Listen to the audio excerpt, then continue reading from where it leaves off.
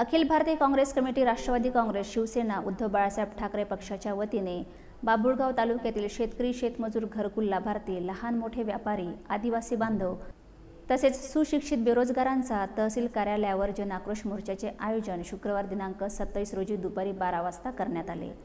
खरेदी विक्री संघ येथून मोर्चाला सुरुवात करण्यात आली। बाभुळगाव शहरातील मुख्य मार्गाने मोर्चा तहसील कार्यालयावर धडकला। मोर्चाचे नेतृत्व माजी मंत्री प्राध्यापक वसंतराव पुरके, अशोकराव घारफडकर, सौ वर्षाताई निकम, अरविंद वाढवणकर, कृष्णाभाऊ कळू, किरण कुंबरे, डॉक्टर रमेश महानो, राजेंद्र पांडे, अतुल देशमुख व अतुल राऊत, संजीवनी कासार यांनी केले।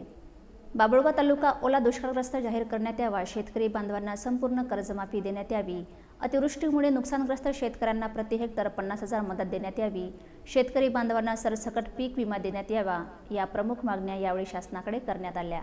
मोर्चात बाभुळगाव तालुक्यातील शेतकरी, शेतमजूर, घरकुल लाभार्थी, लहान मोठे व्यापारी, आदिवासी बांधव तसेच सुशिक्षित बेरोजगार मोठ्या संख्येने सहभागी झाले होते।